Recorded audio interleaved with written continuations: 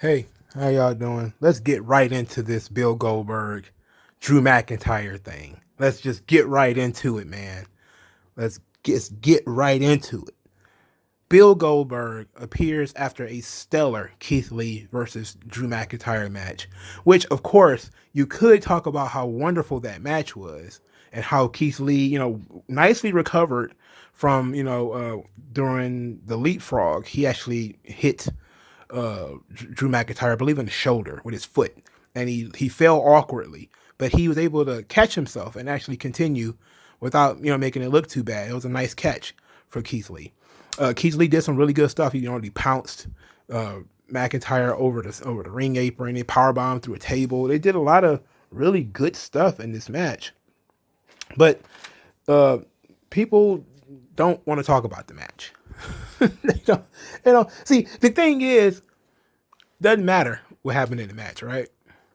Doesn't matter that Keith Lee was ballsy enough to catch a Claymore kick. He caught it in thin air. That was great. That made me actually believe Keith Lee was going to win that match. I like that all the legends were sitting on the ramp. I would have liked for them to come ringside though, and for them to make some noise. Clap, applaud, do something. I know they applauded afterwards, but I mean, during the match, it would have been nice. But I mean, that's just a nitpick. It made everything feel real special. Like the legends came out to watch this match in particular, to see Keith Lee, to see Drew McIntyre. They came out as Keith Lee was there. Like when Keith Lee came out, all the legends were out there, and I'm just using the word that they used because I know some of these people aren't legends. And it made it seem like this was going to be Keith Lee's crowning achievement, and that everybody was going to be there to watch it. And they did a good job in this match of pretty much telling that story that Keith Lee is his time. He's really bringing it. I really didn't need the Spanish fly spot. I felt like it was too much.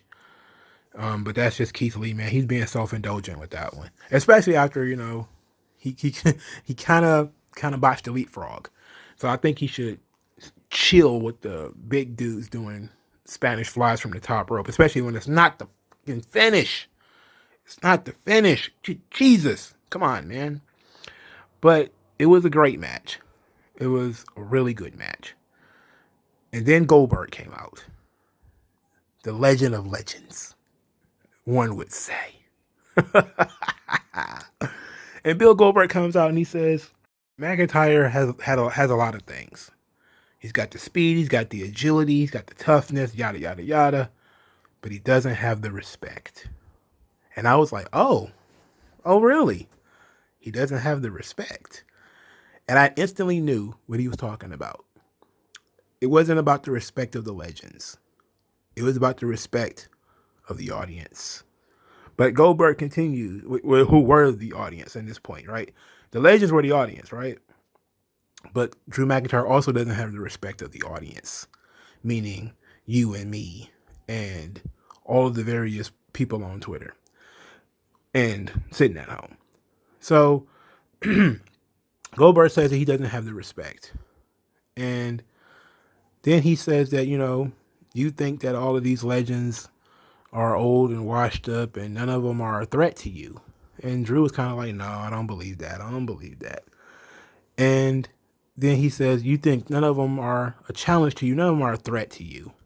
But I'm here to challenge you. I'm here to be the threat. And Drew was like, come on, man. Like, come on. Then he kind of healed him. He was like, beating up on you, old man. It's like beating up on my da. And then Goldberg shoved him like, you're dead. And then it promptly went off the air at exactly 11 o'clock. It went off at the air at 10:59 ... 59. It went off the air. But so apparently it showed it on Twitter that Drew got up and got in Goldberg's face. That part was, of course, cut out. So we saw the last image we saw on Raw was Drew McIntyre being shoved on his ass by Bill Goldberg. Oh boy, I love it. I love it. I love it. I love it. I love it. So now we get all these people complaining about Bill Goldberg. Once again, I've said all there is to need, all there is to be said about Bill Goldberg. I refuse to take anybody seriously who complains about Bill Goldberg if, you've been complaining about everybody. They complained when Braun Strowman was the champion. They complained when The Fiend was the champion. They complained that Roman is the champion. They complained when Drew was the champion. They complained when Cena was the champion. They complained when everybody's the champion. What makes these complaints any different? Really? When you complain about everything and everybody, what makes any complaint any different? You're just a fucking complainer at that point. And they say, well, they don't have any faith in their young talent. I'm like, did you just not see Keith Lee in the ring? Did you just not see Keith Lee in the ring? What the fuck are you talking about? What is the guy holding the belt is 35. The other guy holding the belt is 35. They're both, around the same age as Kenny Omega? No, they're both younger than Kenny Omega, by the way. And they're both damn sure younger than Chris Jericho. Silly. I tweeted this, man. You got PCO in Ring of Honor. He was the world champion recently. I think he was the world champion in 2019. PCO is over the age of 50. Yes. Ken Shamrock, 55 in Impact, was beating people half his age. Satoshi Kojima in New Japan is 50. Still making Wrestle Kingdom cards somehow. Nobody complains. Nobody says shit. It's only when Sting. I mean, why do I even need to mention Sting? Do I need to mention Jericho and Christopher Daniels? How about Dustin, who has beaten guys half his age? Do I need to? I mean, AEW has more 50-year-olds on the roster than WWE does. They literally do. Because WWE only has one 50-year-old on the roster. One. There's fucking 4 in AEW. Sting, Dustin, Luther, and fucking Christopher Daniels. They're all fucking 50. And then you talk about the early 40s or the late 40s. You're talking about Kazarian and Scorpio Sky and maybe even fucking Jack Evans. Like that's a really old roster. But I don't want to go here, neither here nor there, man. None of that matters, okay? Because for some reason, people believe that Brock Lesnar is an old man. Brock Lesnar's like 45. Like Brock is not that old. And it's the same people who will be 100% okay with, a 45-year-old AJ Styles as the world champion. Or they need to bring back CM Punk. Nobody even asks how old CM Punk is. He's in his 40s, by the way. So I don't take any of these stuff serious. I don't take none of it seriously. Kota Ibushi is 40. He just won the IWGP title, whatever the fuck they calling these belts now, because there's 2 of them. The double championship. Naito is 40. It's like, none of this matters. Nobody putting belts on teenagers, okay? It's not going to happen. Doesn't make any sense. You have to, the point of getting older in wrestling is that you gain notoriety. You gain infamy. You gain a name. And then you cash in on that fucking name. Okay? They were still putting world titles on Terry Funk when Terry Funk was 50. The ECW title. Put that motherfucker on Terry Funk. He was 50. So what is it, 53? Or something like that? Well, he was 53 when he challenged Flair for the title at the Great American Bash. He was like in his 50s. Right? Flair was winning titles in his 50s. This ain't new, man. This is not new. Bockwinkel was winning titles in his 50s. Fritz was retired winning titles. He beat the Freebirds. This stuff is not new. It's all fugazi, fake ass bullshit. They don't really believe it. There's dudes out there who, the moment Goldberg showed up and they complained, folks were going back into their Twitter account, finding when they was celebrating and had, their face in the jeans of AEW when they talking about Sting. I'm like, you don't even really need to do that. Just see how many of them not complaining about Satoshi Kojima being on the roster. Look at them not complaining. They don't care. They're like, How many young boys could be on the roster instead of you putting fucking Satoshi Kojima on the roster? Why does he get a match at Wrestle Kingdom? He's old as fuck. He's 50. Minoru Suzuki. I don't think he's on the roster yet. I mean, is Minoru Suzuki wrestling at Wrestle Kingdom? I haven't watched the show yet, if we're being honest. So I probably will end up watching the show eventually. I don't hate New Japan that much. I'll probably watch Wrestle Kingdom, and that's about it. But I don't buy into this whole everything needs to be young. I don't buy into it. It's bullshit. It's all just because it's not consistent. There's no consistency. Right? There's no consistency. The line for who's young enough to be a world champion keeps changing whenever, and it doesn't matter. None of it matters. None of it matters. But let's talk about this Goldberg McIntyre thing. Because this is an interesting match here. And it's interesting because you have two old warriors. You know, Bill Goldberg is a guy who, he kind of stands for something. You know, like Goldberg always tries to stand up for being a superhero, for the kids, for being, you know, a superhero. And in this situation, he's kind of putting himself in that superhero situation where he's saying he's standing up for the legends. He's standing up for respect. He has respect. He physically can still go, at least go as much as he can possibly go. If that's what you, know, if 4 minutes is the max that Goldberg can do, so what? But so be it, by the way. Not every, I don't see this New Japanism of New Japanism. This New Japanism of pro wrestling where everybody thinks every match is supposed to be 40 fucking minutes. No. That was the NWA. That shit died for a reason. Okay? Every match doesn't need to be 40 minutes. Doesn't need to be 35 minutes, 20 minutes, 10 minutes, or 8 minutes. Matches should vary based on the story that you're telling and the people involved. If it makes sense for the match to be 3 minutes, it should be 3 minutes. That's the most damning thing I see on the indies. Is you got a guy 6'7" going 25 minutes with some 5'9" skinny fat chump. Like, what the fuck is he wrestling this guy this long for? You know, like that's indie shit. When you're a giant, you know, it shouldn't take you that long. Big Show shouldn't need 10 minutes to beat anybody. He shouldn't, theoretically. He should be able to snap most people like pretzels. And that's really what we should be doing, you know. So the idea that Goldberg can't work a long match is like, so what? But I do love that WWE has turned Bill Goldberg into a promo guy. Because, bro, Goldberg didn't want to talk in WCW. That was one of his things. He just didn't want to talk. He wanted that mystique. But now his mystique has been broken. He's actually just wants to talk. You know, he wants to tell his side of the story. He wants to be able to get in there and, you know, chop it up some. You know what? I'm okay with that. You know, I'm okay with this second run of Goldberg. You know, because it's all temporary. Even if he was to win, it's temporary. You know, it's temporary. It doesn't matter.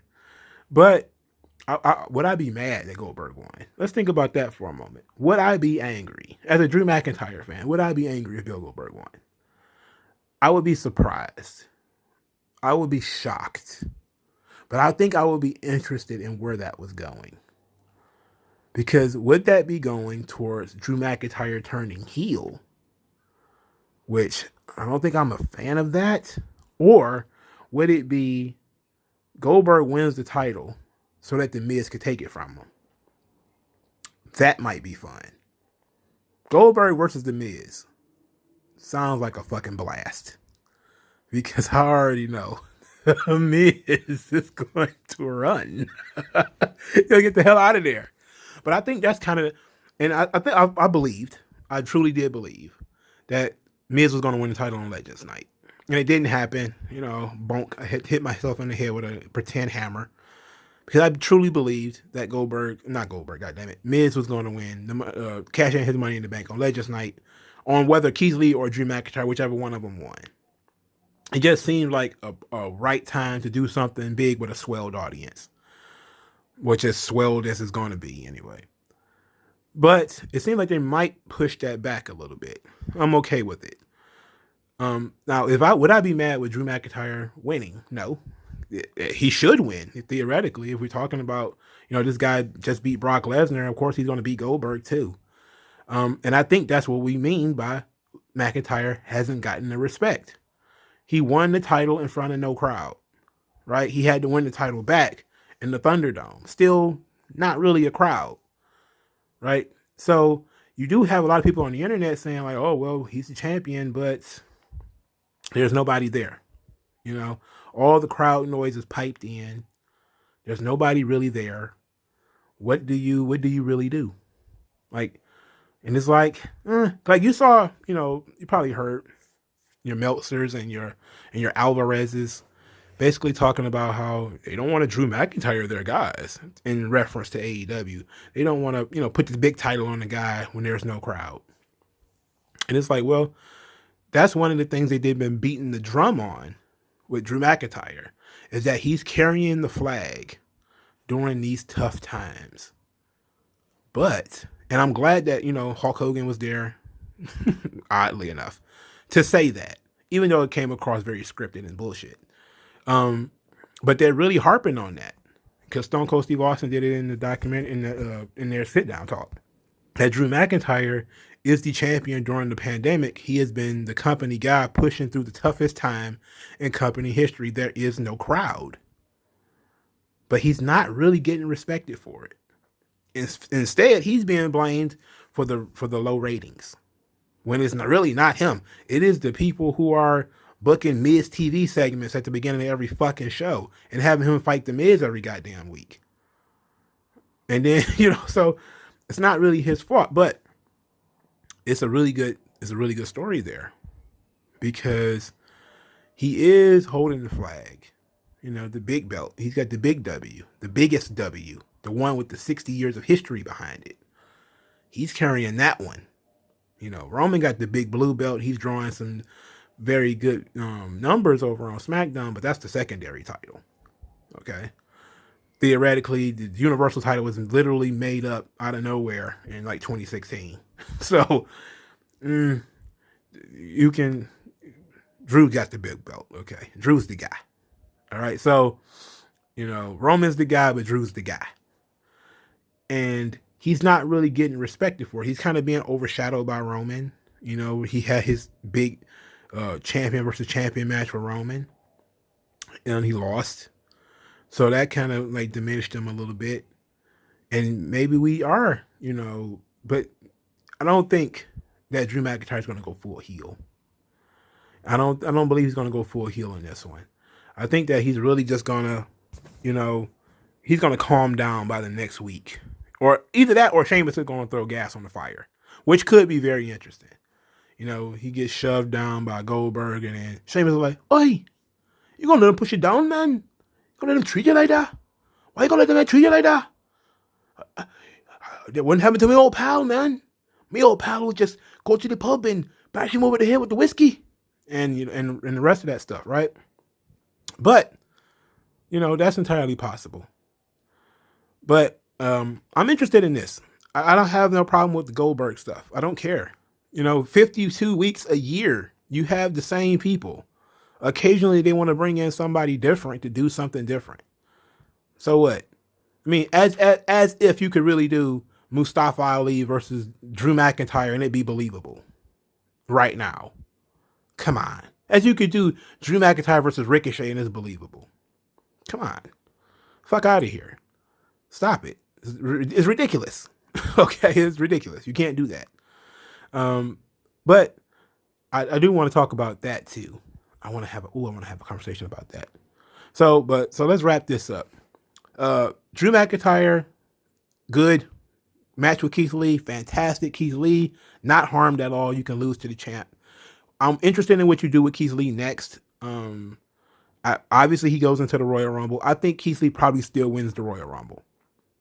If this match does decent ratings, I think Keith Lee probably wins the Royal Rumble. Unless, Big E's ratings. I think that's what we're looking at here. Is that Raw kind of needs the star power, but SmackDown guys probably need the push, right? Like, I think in order to get Big E or Daniel Bryan in that title picture, they need to win the Royal Rumble. So it'd probably be a SmackDown guy winning the Rumble. But it ought to be fun. It ought to be a fun match. It's going to be short. It's going to be out of the way. Likely Drew McIntyre is going to win and gain the respect that he feels like he deserves. And Goldberg's going to shake his hand at the end, and that's going to be one of Goldberg's matches for the year.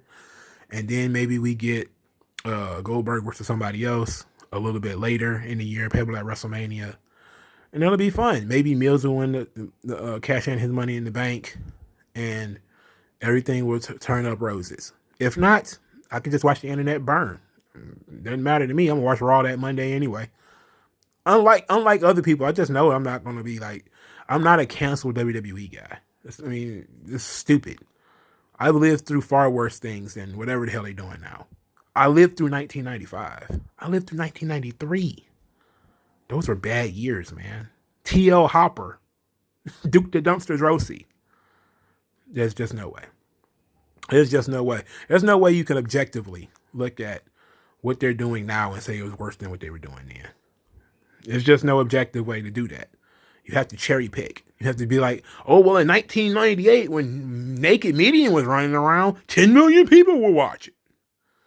It's like, yeah, 10 million people tuned in to see Midian and Viscera and Al Snow and Hardcore. Fuck out of here. Anyway, I'll talk to you guys later. Thank you for listening. Everything's going to be fine. Just keep trolling. Troll these motherfuckers, man. Why not? Cage side seats, dick riders. I'll talk to you guys later. Yeah, shine light. I know what that's like.